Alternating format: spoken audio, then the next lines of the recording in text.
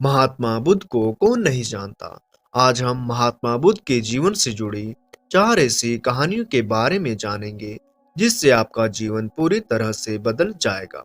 और महात्मा बुद्ध की इन कहानियों से आपको जीवन जीने की सही राह और सही दिशा भी मिलेगी। दान की महिमा। महात्मा बुद्ध का जब पाटलिपुत्र में शुभागमन हुआ तो हर व्यक्ति अपनी अपनी क्षमता और स्थिति के अनुसार उन्हें उपहार देने की योजना बनाने लगा। राजा बिंबिसार ने भी कीमती हीरे, मोती और रत्न उन्हें पेश किए। बुद्ध देव ने सबको एक हाथ से सहर्ष स्वीकार किया। इसके बाद मंत्रियों, सेठों, साहूकारों ने अपने अपने उपहार उन्हें समर्पित किए और बुद्ध देव ने उन सबको एक हाथ से स्वीकार कर लिया। इतने में एक बुढ़िया लाठी टेकते वहां आई। बुद्ध देव को प्रणाम कर वह बोली, भगवान, जिस समय आपके आने का समाचार मुझे मिला उस समय में यह अनार खा रहे थे। मेरे पास कोई दूसरी चीज न होने के कारण मैं इस अधखाए फल को ही ले आई हूँ। यदि आप मेरी इस तुच्छ भेंट को स्वीकार करें तो मैं अहोभाग्य समझूंगी। भगवान बुद्ध ने दोनों हाथ सामने कर वह फल ग्रहण किया। राजा बिंबिसार ने जब यह देखा तो उन्होंने बुद्ध देव से कहा, भगवान क्षमा करें, एक प्रश्न पूछना चाहता हूँ। हम सब ने आपको कीमती और बड़े बड़े उपहार दिए जिन्हें आपने एक हाथ से ग्रहण किया, लेकिन इस बुढ़िया द्वारा दिए गए छोटे एवं जूठे फल को आपने दोनों हाथों से ग्रहण किया, ऐसा क्यों? यह सुन महात्मा बुद्ध मुस्कुराए और बोले, राजन, आप सबने अवश्य बहुमूल्य उपहार दिए हैं, किंतु यह सब आपकी संपत्ति का 10वां हिस्सा भी नहीं है। आपने यह दान दीनों और गरीबों की भलाई के लिए नहीं किया है, इसलिए आपका यह दान सात्विक दान की श्रेणी में नहीं आ सकता। इसके विपरीत इस बुढ़िया ने अपने मुंह का कोर ही मुझे दे डाला है। भले ही यह बुढ़िया निर्धन है, लेकिन इसे संपत्ति की कोई लालसा नहीं है। यही कारण है कि इसका दान मैंने खुले हृदय से दोनों हाथों से स्वीकार किया है। महात्मा बुद्ध और चक्षुपाल। एक बार महात्मा बुद्ध जेतवन विहार में रह रहे थे। भिक्षु चक्षुपाल बुद्ध से मिलने के लिए आए थे।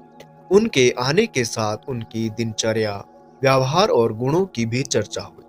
भिक्षु चक्षुपाल अंधे थे। एक दिन विहार के कुछ भिक्षुओं ने कुछ मरे हुए कीड़ों को चक्षुपाल की कुटिया के बाहर पाया और उन्होंने चक्षुपाल की निंदा करनी शुरू कर दी कि उन्होंने इन जीवित प्राणियों की हत्या की।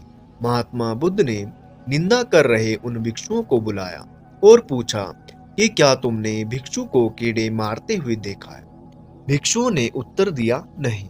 इस पर महात्मा बुद्ध ने उन साधकों से कहा कि जैसे तुमने उन्हें कीड़ों को मारते हुए नहीं देखा, वैसे ही भिक्षुपाल ने भी उन्हें मरते हुए नहीं देखा और उन्होंने कीड़ों को जानबूझकर नहीं मारा है, इसलिए उनकी निंदा करना उचित नहीं है।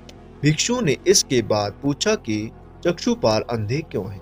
उन्होंने इस जन्म में अथवा पिछले जन्म में क्या पाप किए हैं? भगवान बुद्ध ने चक्षुपाल के बारे में कहा कि वे पूर्व जन्म में एक चिकित्सक थे। एक अंधी स्त्री ने उनसे वादा किया था कि यदि वे उसकी आंखें ठीक कर देंगे तो वह और उसका परिवार उसके दास बन जाएंगे। स्त्री की आंखें ठीक हो गई, पर उसने दासी बनने के भय से यह मानने से इनकार कर दिया।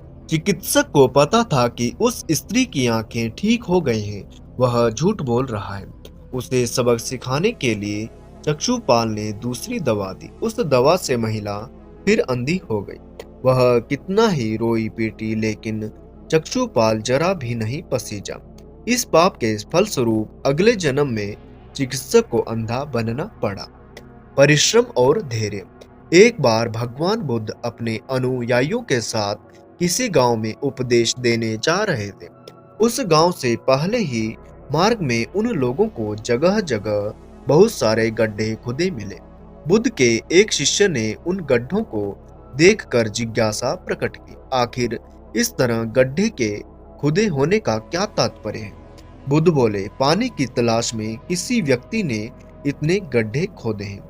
यदि वह धैर्य पूर्वक एक ही स्थान पर गड्ढे खोदता तो उसे पानी अवश्य मिल जाता, पर वह थोड़ी देर गड्ढा खोदता और पानी न मिलने पर दूसरा गड्ढा खोदना शुरू कर देता।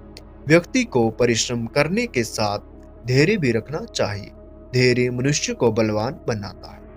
अमृत की खेती। एक बार भगवान बुद्ध भिक्षा के लिए एक किसान के यहाँ पहुंचे। तथागत को भिक्षा के लिए आया देखकर किसान उपेक्षा से बोला, श्रमण में हल जोतता हूँ और तब खाता हूँ। तुम्हें भी हल जोतना और बीज बोना चाहिए और तब खाना चाहिए। बुद्ध ने कहा, महाराज मैं भी खेती ही करता हूँ। इस पर किसान को जिज्ञासा हुई और वह बोला, मैं न तो तुम्हारे पास हल देखता हूँ, न बैल और न ही खेती का स्थल।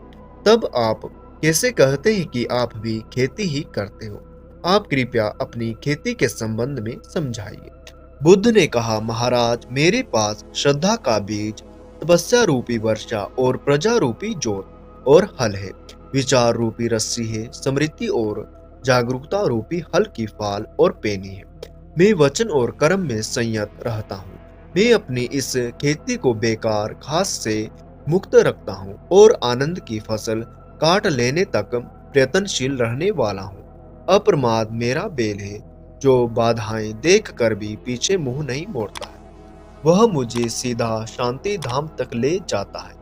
इस प्रकार मैं अमृत की खेती करता हूँ।